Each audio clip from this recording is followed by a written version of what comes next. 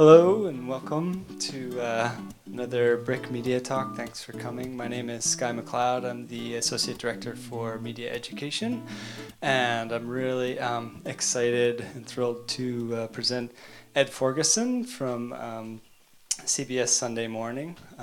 He contacted me about a month ago, and he said he'd heard about us and he was interested in coming by and giving a media talk. So we're going to hear about his experience. Ed Forgotson has been a news and documentary producer at CBS News since 1998, taking him from the kitchens of New Orleans, historic restaurants, to the deep sea space observatories at the South Pole. So he has quite a wide range of experiences. Along the way, he's produced interviews with presidents, rock stars, astronauts, architects, and artists, and won a few Emmys. He asked me to let you know that his views don't necessarily represent the views of CBS. We'll be showing this on our channels in the coming weeks. All right, so he's going to give a few remarks, and then we're going to open it up for Q&A. Okay. All right. Hi. Thanks. Good. Thank you, Sky. How's everyone doing? Thank you for coming out on a beautiful night tonight too. I'll keep it brief. Brevity is a big part of network TV news. We always kind of fight for 5 seconds here, 10 seconds there. So, and one of the themes of what I want to talk about is not wasting people's time. We'll get to that in a minute. So I'll try not to waste your time tonight as well. I do want to answer questions. I don't know if y'all have watched CBS Sunday Morning before. It's been a really great experience for me. I've been there 15 years, and really it's much longer than I thought I would be able to keep that job. I'm very happy about getting the chance to do this for all these years. But I do want to just I have a few thoughts, and one of the things, since a lot of you I know have taken classes here and study about how to do production and do media. I would say about 10 years ago, if people, and I do have people would ask me, should I go into television? Should I go into broadcast media? Should I go work at a network? My answer back then generally was no. This is an industry that is, for the better or worse, is dying, that is changing, that the internet is taking over. There's cable, there's people are listening to podcasts. Radio is more, in some ways, more dynamic than TV news. And unfortunately, probably that advice was not correct, that what I gave people that, because surprisingly, TV news has endured. And in fact, the show that I work at is now, we reach about 6 million people on a good Sunday, and we air across the country 9 a.m. here, 6 a.m. out in California, and despite that, we still get that's a pretty good number of people. And unlike YouTube or a lot of other media channels, we're not getting that one click at a time, that we're actually getting that. Some of it is from TiVo, but it's generally, we get a pretty good audience of people that are watching this thing in real time, and that's increasingly a rare thing and a good thing to be able to have, is to be, if you do, everyone that does media, I think, wants to reach an audience, and that's one of the things. Oh, come on in. That's okay. That's one of the things I think that that you can still get from TV news. And so in a way, I'm sort of off my notes already, but in a way, it's not what it used to be. And you'll see over here on the screen, I've got Dan Rather. I wasn't sure if people would remember Dan Rather. It's been about 10 years since he was on CBS. And this is a clip that I'll get around to showing, but this is almost from 30 years ago, when network news was getting tens of millions of people every night. And it's not like that anymore. The salaries are smaller, the hours are longer, the odds of promotion are worse than they used to be.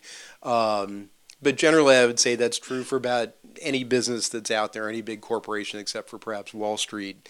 The rewards are fewer out there, except if you really are into what you do and you want to reach people, this is still a great way to do it. Let me just look at what I had. Get back on my notes here a little bit.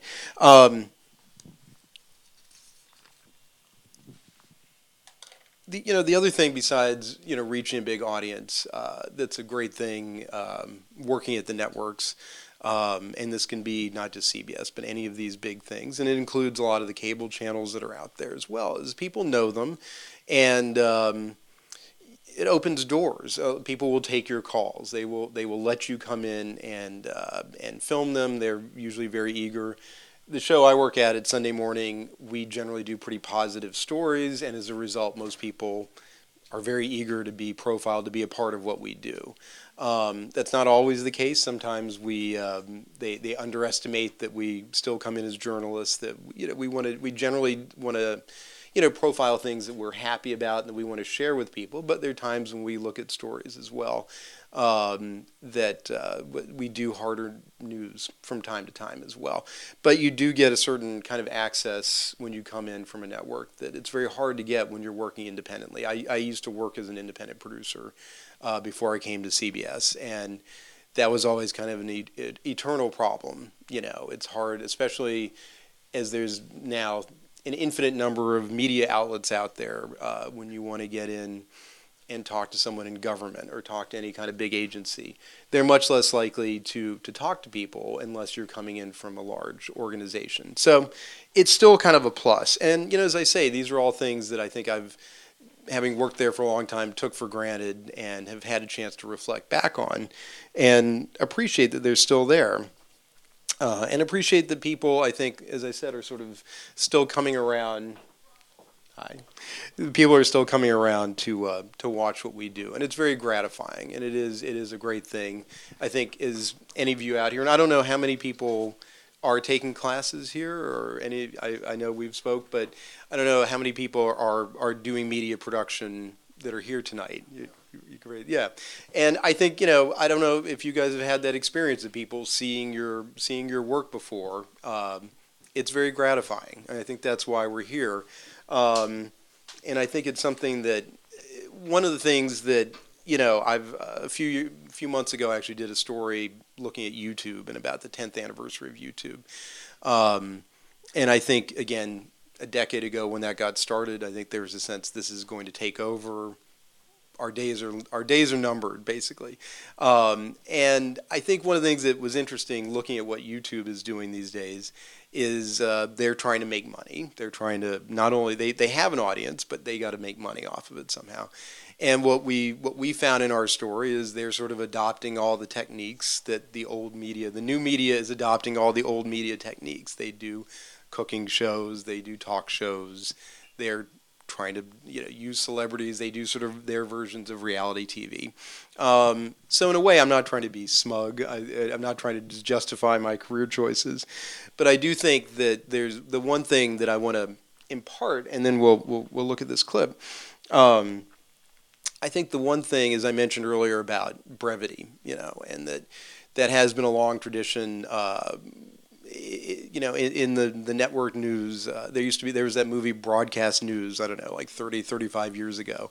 And the people would all be yelling at 6:29, waiting to go on the air and running up and down the halls with videotapes and fighting over 5 seconds here, 10 seconds there. It really still happens. We don't run up and down the halls anymore, but there is still a real sort of struggle for time. And I think that the one thing that that gives you kind of a discipline that I think is it took me a long time to really reflect on the value of that, and it felt like I was I was being robbed of 15 seconds or something. And in fact, it taught me a big lesson about the need to get to your point and to really be kind of ruthless with your own material. And I think that's one of the things that always comes through, and I have to I'll read other people's scripts and come in and work with people that are starting out. And it's very hard because you tend to fall in love with your material. I think we've all experienced that. You like somebody that you interviewed or you had a good time doing something. And those tend to be very painful decisions. And yet, that's one of the things that always does surprise me when I'll, look at, something online where they have all the time in the world. And I'll find oftentimes, some professionally produced internet videos will often, out of a 2-minute clip, will spend 30 seconds with some goofy thing at the beginning. And I always say, they're kind of it. I know people claim to have a short attention span these days, but I think actually that's like a fault of their storytelling. Is I don't want you to waste my time. I expect to be engaged or entertained right from the beginning to the end, and I think that's something that it's a lesson that still holds true today, and that I think we all practice very basic, very fundamental storytelling, and we are in a way part of an oral tradition that we're not working in the way that print writers work. We are really working in a very fundamental, very old-fashioned medium at the end of the day. And I don't know how many of you guys ever read, Marshall McLuhan and the medium is the message. But it's the idea was always that the medium that we're in is shaping the message. And people don't really read that book, I think, very much anymore. It was about 50 years ago or so. But in an odd way, I think that has been disproven somewhat, that we all do practice a very old-fashioned storytelling art. And that's really what we're here to do. And, I think it's time to go to the videotape here. And what I want to show you is a piece from about 33 years ago. I think it was 1982. It's by Charles Kuralt, who was the one of the founders of Sunday Morning, a real legend at CBS, and I think is a great name. And, I just picked this out. What I wanted to show it for was... yes, this was done kind of also in the heyday of network news when they were having, 15, 20 million people at the drop of a hat watching these shows. But I think what was funny about this clip, this short piece, is it also shows that even though they had the resources of the entire network behind them, this is something that kind of any of us could go out and do. They basically shot this in an afternoon. They didn't spend a lot of money. As you'll see, they didn't do any elaborate camera work. There's no special effects or anything. I don't think their travel budget was that high. But I do know that it shows what just sort of good storytelling, what really paying attention to the fundamentals can do. So without further ado, let me get this queued up. Keats said, "A thing of beauty is a joy forever. Its loveliness increases. It will never pass into nothingness." But that's not true in Itasca, Illinois, as Charles Kuralt learned on the road.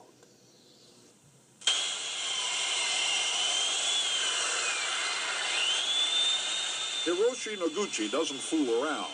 When he goes to work, his chainsaw roars, his chisel flies, and the chips fall where they may.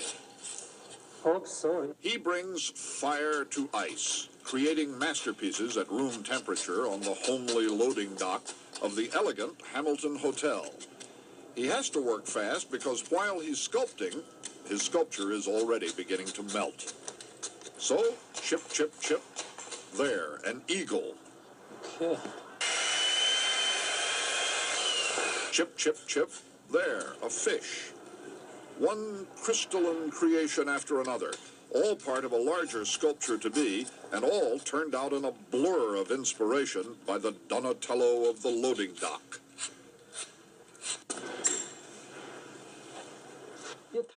So, right now I gotta...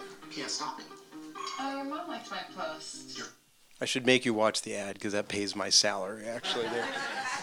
And now I realize I was going to show you another clip of something that I produced pretty recently. I should not have shown this one first because I think there's a reason that we still, at least at CBS, revere Charles Kuralt, that he is able to do a lot with very little. And, one of my colleagues convinced my boss to fly up to Alaska. They shot a couple of pieces on their trip.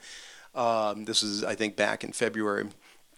And I'm going to guess they probably spent on the planes and the crew time and the overtime, and I think they had to buy new down jackets or something for the sound man or something.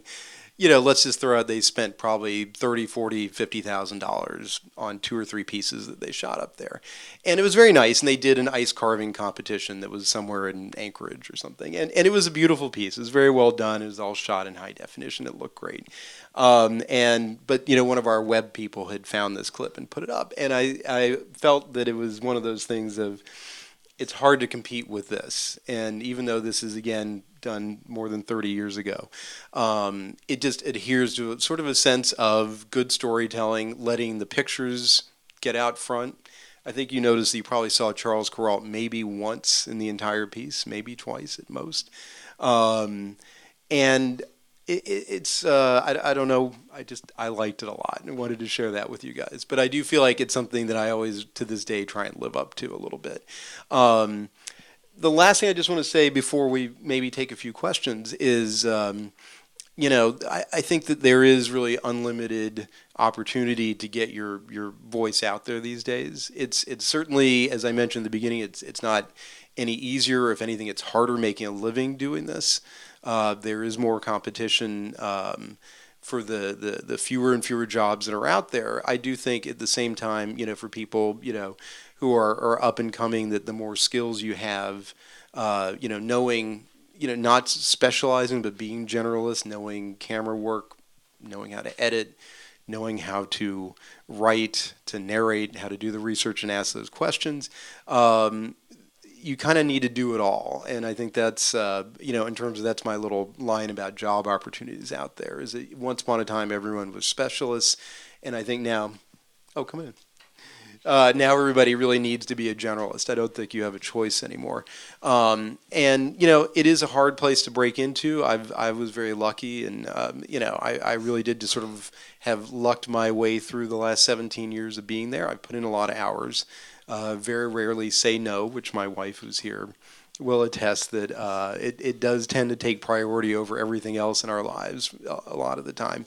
But the chance to get your work out there and see by people, as I said, is invaluable. That sort of is the reward for it all.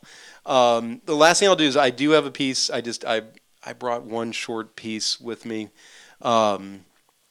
which was a story that we did earlier this year. And again, didn't require, it was something we shot here in New York. There was no travel. It was very cheap to do, but in an odd way, it was a very hard piece to get done. It's about a husband and wife banjo players.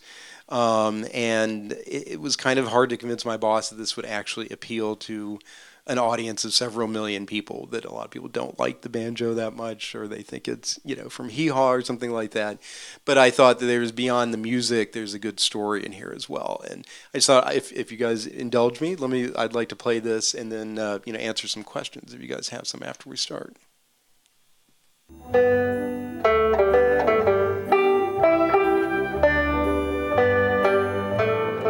It's Sunday morning on CBS. And here again is Charles Osgood. I like to think that I showed at least some pluck when I played with the Boston Pops back in 1997. Not quite in the same banjo league with the pluck and the talent the two inseparable banjo pickers bring to their performances. You ready, Fleck? No. Bela Fleck and Abigail Washburn are partners, on stage and off. Husband and wife, entwined in life's ultimate duet.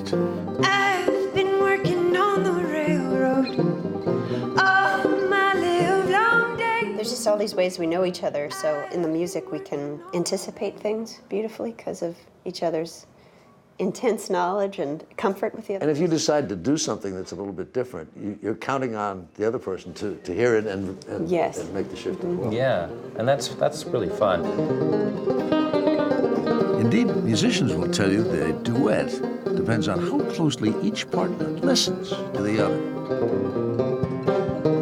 Could it be a coincidence that marriage counselors offer up the same advice? Someone's in the kitchen with Diana, strumming on the old banjo and singing beep-bop-billy-o, beep-bop-billy-o, oh-oh, beep-bop-billy-o, strumming on the old banjo.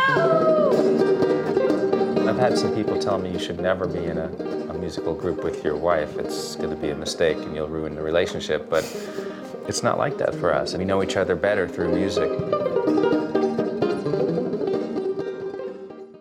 So thanks for watching that. The last thing I just want to say real quick is the one other thing that just watching this piece is a reminder as well, that is something I guess you guys have experienced, and that I'm always taking, I realized that it's probably kept me there, besides needing an income, kept me at CBS for all these years, is the chance to collaborate with a lot of these people as well. And obviously you see Charles Osgood on there. I work with him from time to time. At the beginning, my little name came out quickly. Our editor came up very fast, and there were also 2 cameramen that worked on this story as well. And anytime you finally get something like this done, it's a reminder of it's nice when a team comes together and works well. And so thank you for watching this again, and thanks for listening to me talk. And I hope does anyone have any questions that I can answer? Oh, it did. Yeah, this aired I think in April, and it may rerun again this summer. But please, I guess So I'll go from front to back. Yeah. Well, first of all, I watch the show. I watch the show every Sunday. Great. I am a fan. Good. I love Charles. I love the way he narrates the program. I wanted to know that as a producer, like how many of these pieces do you produce during the year? How long does it take, and where do you get your ideas from? Those are all good questions. I think this year, talk about time away from home, I think I've done about 12 pieces already this year, which is a lot. Because aside from individual pieces, I also we do a design and architecture special once a year, and that's something I've done for about the last, most of the time I've been there, but particularly the last 10 years or so. So probably this year I'll wind up doing close to 20 stories, which winds up being almost every other week, which is more than I ought to be doing at this age. I think I'm pretty established by now. And when I started off, I really often did at least 20 a year, which is probably more than a lot of people I work with do. But this was a story that I just enjoyed working on. Wanted to share these people's talents and their story with other people, and so it was kind of worth putting in the extra hours. The story, that one came out because the record company sent us a CD, and it was lying around on a table where all the books and records that nobody wanted, and I picked it up and listened to it. We have a son who's, I guess, was at that point 3 years old. He likes trains, and they had the song "I've Been Working on the Railroad." So we started listening to it a lot at home. And I said, we should do a story about these people. And that was kind of that. How long did it take you to produce it from beginning to end? That one took a number of months. I think we shot it in November, and I want to say it aired in March or April of this year. But it wasn't because we were so busy shooting things. I think we shot a concert, we shot an interview at their house, and that was about it. It took a little while to gather footage and photos.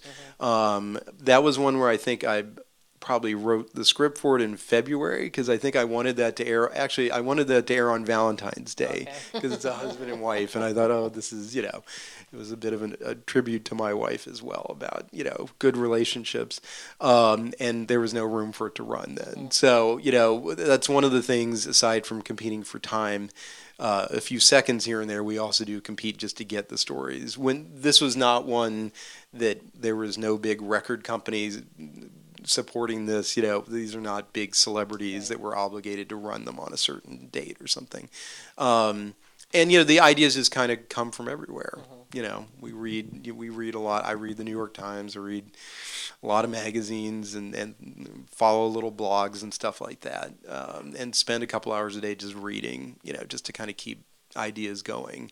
But the fundamental thing is, I try and find. I hope that whatever I find interesting, and this was what I was saying, that I know my boss does not like banjo music. I know a lot of people don't like it, but I still felt that the story would be compelling. And we've oftentimes, with music, there have been stories that I've wanted to do because I play guitar and I've loved some musicians so much, but their story, it wasn't a story that could sustain 6 or 8 minutes for one reason or another, and those are unfortunately times when you say, I can't do the story now, or I'll have to come back to it. So just kind of pull them out of a hat, basically. Thank you. Sorry, I think you had your hand up next. Yeah. Hello. Hi. My show is actually loosely based on your show. I have a show Great. about dog adoption. Yeah. And the main thing is, for the opening, I looked at a lot of openings, and I like the way Charles Osgood says, I'm Charles Osgood, this is Sunday morning. Yeah. So my show opens, I'm so-and-so, this is the dog show. Yeah. Copy directly off you. That's okay. Don't sue me, please. I won't. Okay. My question, someone wants to get discovered and hired by CBS or someplace else. What advice could you give us? I get that a lot as well. I don't know. I mean, this is what now where I'm veering into territory that I'm not speaking on behalf of CBS News. The talent development, both the on-air people as well as the producers, it's a bit of a mystery. It's an odd way that these jobs are advertised and everything. But in terms of like really discovering talent, most of the people that are up and coming through CBS are often coming from local TV. Not often actually in New York, because the New York Channel 2, as with the NBC with Channel 4 and Channel 7, they're very in the local news world, those are very preeminent stations. So those are actually considered people will come from other cities to come work here in New York or Los Angeles, but they tend to come from other local news. That's where most of the people we get. I think they've often commented, as we saw Charles Kuralt at the beginning, a lot of people have said, he was a paunchy guy. Even when he was young, he didn't have a nice big head of hair. Kind of a paunchy guy, sort of jowly.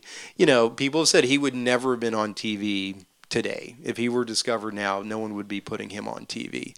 And that is actually a problem we have, because there are probably a lot of talented people who don't fit the appearance. I'm not the people that hire and go out and scout for these people. I just kind of work with the people that we get. But to answer your question specifically, there's local news. And I mentioning this YouTube piece, actually, people going out and just starting a vlog, starting something like that. That is actually a way that a lot of people are getting picked up now. And obviously these YouTube celebrities that are coming around, a lot of them are transitioning to regular, to cable TV, to broadcast TV.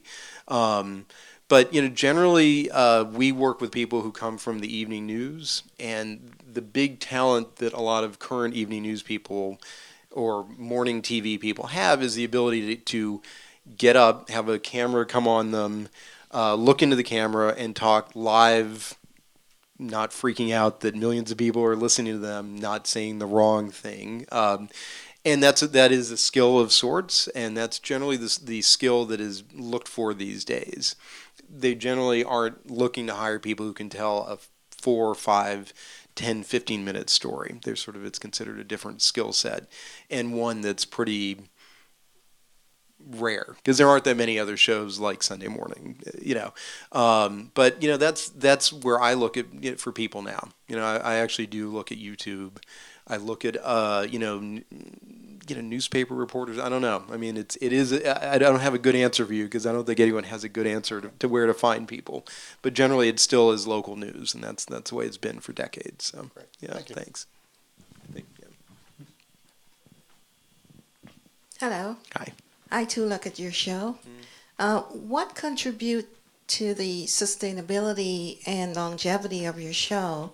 Is it the magazine format, the feature articles, and sometimes the mainly soft news, and of course the voice of Charles Osgood? Yeah. As a Sunday morning coffee listening. Well, there are two things. I mean, I think that, mentioning working with Charlie, like on this banjo piece, it's a really great feeling to write some words and then have someone like him read them, and they sound much smarter and more profound than they did when I'm thinking them or when I'll read them out loud. And he is both, he's 81 years old now. But he's not only, of an age, but he is sort of an old school broadcaster as well. And that's something that isn't out there that much. And we gain a lot from Charlie. People like him. And that voice, you can be in the kitchen, you can be in the bathroom, you can be wherever in your house. And that voice actually does travel around corners and stuff, which most of my voice doesn't. Most people, even that are the professional reporters that are up and coming, don't have that quality. And actually, CBS was originally, like everything was radio. And because we still have a very big radio operation in-house, that's always been I consider a very good thing, because our show is filled with narration. There's a lot of people talking over pictures and stuff, and you tend to forget how important it is. And having tried it, how hard it is to do good narration. So you can't underestimate how important that is. The other thing about it is, I think that we do longer stories. The stories used to be longer 20 years ago. Now, 6 to 8 minutes is good, but the little nature segments at the end of the show used to be 2 or 3 minutes long. Now they're about 50 seconds or 60. But I do think, I really do think, and it hasn't just been the longevity. Our show has, in the last 10 years since I came on board, I mean, I think our audience was at the low point, around like 3 million, maybe a little below that on average, and we're now usually up around 6 million or so. And it, like say, from the beginning, that does run contrary to what everyone would assume. This is a shrinking audience, I think because there aren't that many alternatives out there. I mean, I think, within CBS, obviously 60 Minutes is there, but they do a certain type of story. And because we do a little bit shorter pieces, we have a little more freedom to do things that move us. And, going back to kind of this whole idea of storytelling, I feel like anything that's interesting to me, I should be able to make you interested in as well. I should be able to communicate that with you. And I think that runs throughout our show with all the producers and correspondents that work there. That, we tell stories, and I think people respond to that. Oh, please, yeah. Hi. Hi. I want to say I love that segment. Oh, thank you. It was really awesome. Thank you. I was amazed. Her voice was just incredible. Yeah, it was fun to be in the room when she did that. Yeah, It was a good moment. It was, it was very surprise. It was a good surprise. Yeah. So what you look for stories, let's say someone wanted to get a story to you to check out. Yeah. How would one do that? Well, I mean, we get, I think as I mentioned earlier, we do get a lot of publicists that contact us from book publishers. CBS owns a publishing. Simon & Schuster is part of CBS, but so we get contacted by book publishers. We do, a lot of music publicity, a lot of record labels. They still exist, and they do reach out to us frequently. Movie studios, TV studios. We get a lot of pitching from professional PR people, and I would say that's a pretty huge part of what we do. I think, I say for me, I'm, and I can tell everyone now, I mean, we do look for ideas all the time. And actually, I prefer to get stories that don't come that way. And, people call us. They figure out how to email us and call us. I should have put up on screen our main phone number here, if you write it, it's 212-975-7110. That's our front desk.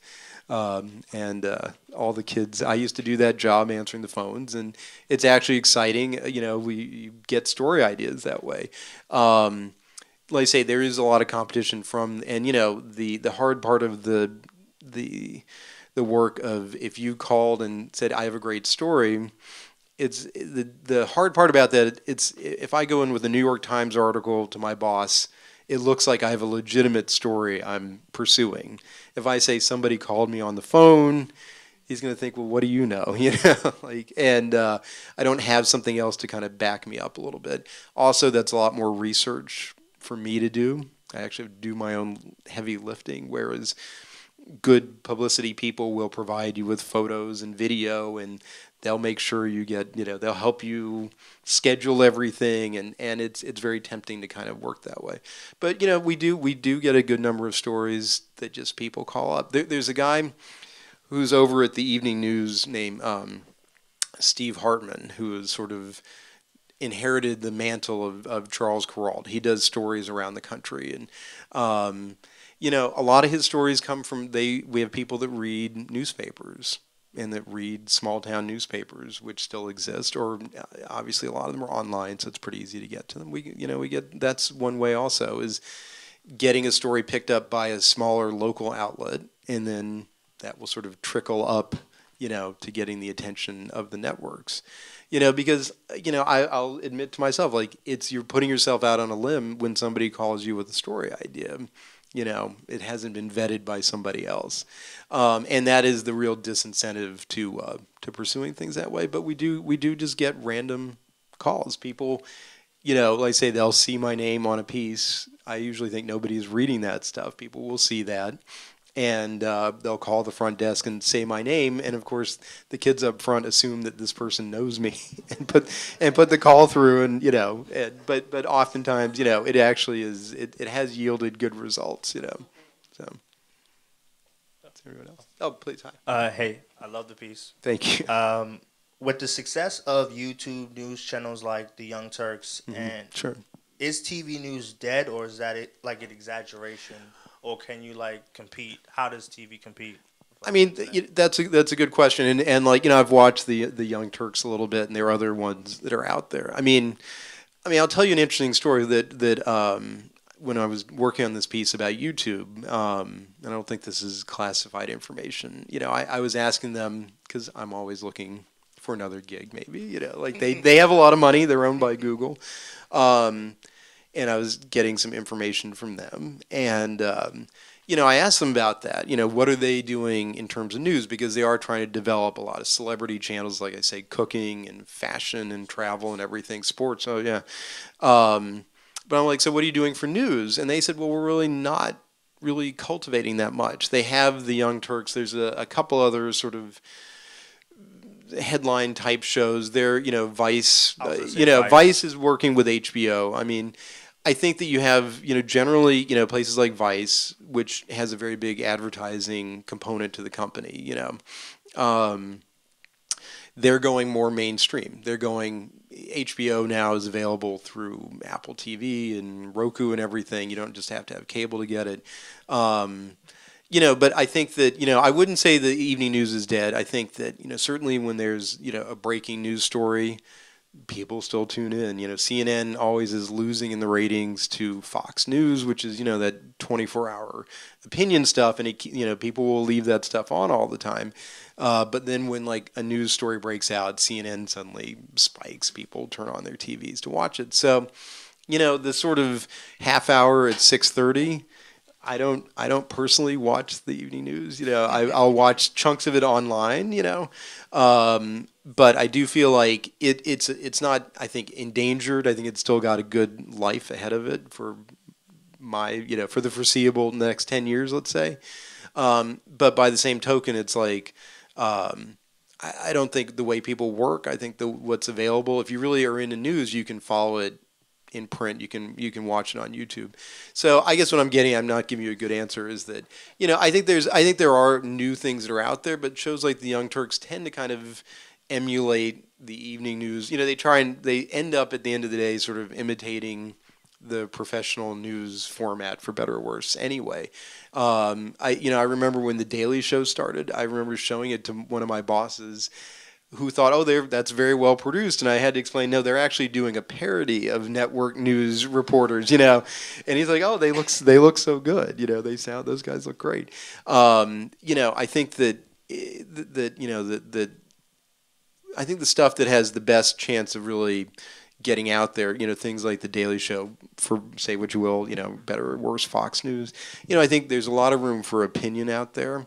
And I think that will remain a growing field that's out there. I think for like straight ahead reporting, I do think that these evening news outlets and the cable news outlets still have a place, and they're still making enough money that they're keeping their doors open. The reason why I asked that question was because of the Brian Williams controversy. So it's like, how do you trust news if he's lying? Right. You know. Well, I mean, the Brian Williams thing, and now I don't want to get out of like my comfort zone too much, but I mean, I think that's more about an issue of, you know, I don't know how many millions of dollars they pay Brian Williams.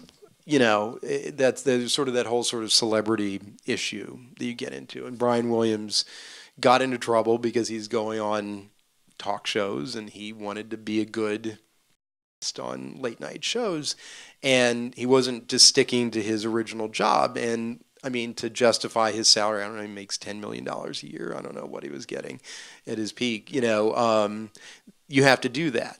And so there is a give and take. I mean, like I say, I don't watch the CBS Evening News religiously. Scott Pelley is someone who I've maybe met once or twice. And, you know, he's a very old school reporter. He doesn't do a lot of that sort of stuff. He doesn't get paid as much as these other guys do either, because he's not a showboat exactly.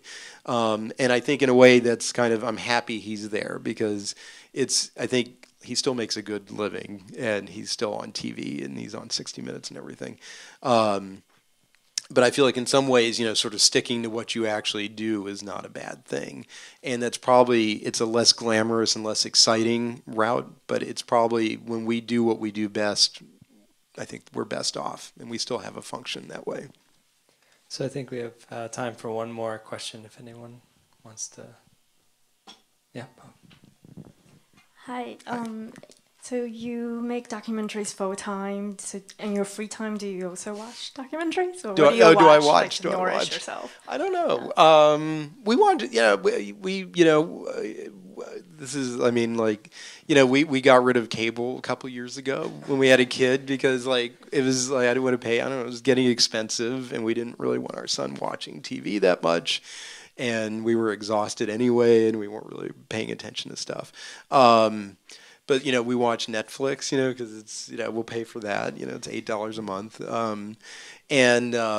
know, Netflix is it's actually a good point, because it actually opens people's eyes up to a lot of documentaries who wouldn't watch them ordinarily. And I think they often, not everything on there is great, but often the quality is better than what you would see on, you know, A&E or the Discovery Channel. A lot of those places that, in the 90s when I started out, those were kind of legitimate documentary outlets. Now they do a lot of reality TV stuff. So, you know, we'll watch documentaries once in a while. We watch Daniel Tiger. We watch a lot of kid stuff. You know, we used to watch Curious George. But, yeah, we'll watch, I'm trying to think, like, what's the last good thing? We want to watch that one that's called Fed Up, which is about, like, sugar, you know, the sugar industry. There's a lot of good exposés on food right now. That's a trendy topic in nutrition. I'm trying to think. We watched one called Winnebago Man. It was about, which actually I wish I'd watched it before doing the YouTube piece, because turns out to be a very interesting meditation on viral videos, and how a lot of these YouTube videos that are people doing something silly, like who are these people? And I was surprised that a lot of these stories are actually very tragic and sad. And some filmmaker who I'd never heard of, you know, pursued some guy, and it was pretty interesting. We were very surprised how interesting it was. So, you know, I don't know how much people make. I'll put it, this is, you know, I'm interested in making a living and money. I don't know how much Netflix pays these people, and I know that generally, you know, you can spend a lot of time producing a documentary, and even they can be great stuff, and it's very hard to get distribution. And Netflix has been out there providing distribution for a lot of filmmakers, which is amazing. You know, because a few years ago they didn't have any content and they needed cheap stuff.